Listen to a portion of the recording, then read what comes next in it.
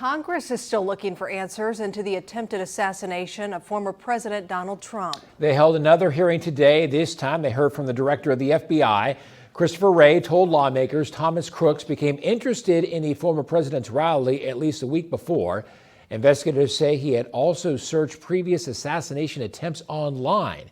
They also recovered 8 bullet cartridges from the roof where Crooks was perched. All this while Oklahoma is preparing for a visit from Trump's running mate J.D. Vance on Friday, and we are taking an in-focus look at safety measures being put into place. Our News 9's Lisa Monahan sat down with the Department of Public Safety Commissioner to discuss this high-profile visit. Right now, final preps are underway ahead of the high-profile visit from GOP Vice Presidential pick J.D. Vance. He will stop in Oklahoma City Friday for a private fundraising event, and our local law enforcement is working closely with the feds to make sure everything goes off without a hitch.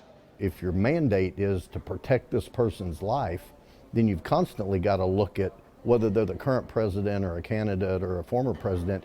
If you're there to protect them, you got to do whatever you got to do to protect them. Oklahoma Department of Public Safety Commissioner Tim Tipton not mincing his words on the near assassination of former President Donald Trump, calling it a complete failure in security protocol during our candid one-on-one interview.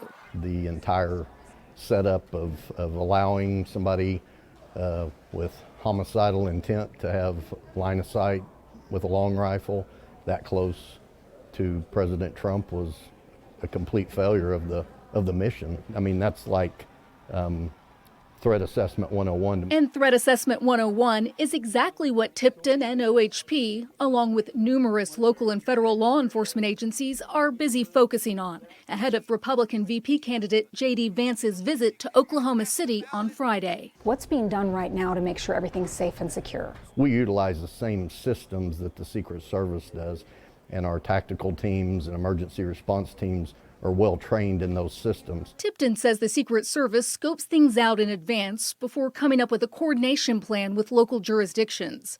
OHP is also monitoring the investigation into the former president's Pennsylvania rally to identify any potential gaps in their own coverage. Are there any threats or concerns for Oklahomans with the vice presidential candidate being in town?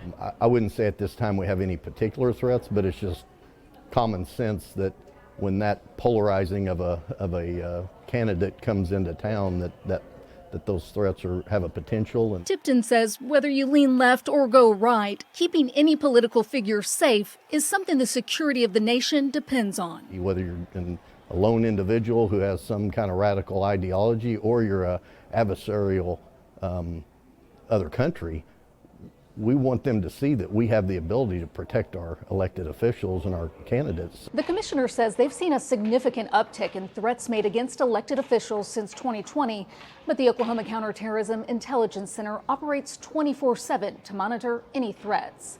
In the newsroom, Lisa Monahan, Oklahoma's own News 9. And local law enforcement says it will draw on past successful high-profile visits from sitting presidents to make sure everything goes smoothly. Those visits include 3 stops from former President Barack Obama, including a tour of damage from the tornado and more in 2013. Former President Trump also made several stops in the state before and during his presidency. Most of those stops were while he was on the campaign trail. And then most recently, President Biden was in Tulsa for the centennial ceremony for the Tulsa Race Massacre. News 9 also talked with OKC Police Chief Wade Gorley about their involvement in security for the visit. Secret Service met with local agencies yesterday to go over plans. Chief Gorley says that his officers are prepared for Friday. They have done it before, and they undergo specialized training for these types of events. Having good communication throughout this, not only leading up to, but then once the individuals are here and communicating, what our roles are going to be and making sure that everything is covered.